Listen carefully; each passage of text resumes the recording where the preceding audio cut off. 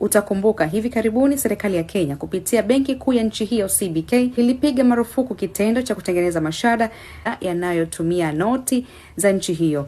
Na sasa mtu mmoja amekamatwa na maafisa wa kitengo maalum cha kupambana na ulaghai katika mabenki nchini Kenya baada ya kutengeneza maudhui yaliyorushwa katika mtandao wa kijamii wa TikTok, ikimuonesha akikatakata kwa vipande vidogo vidogo noti ya shilingi 100 ya nchi hiyo.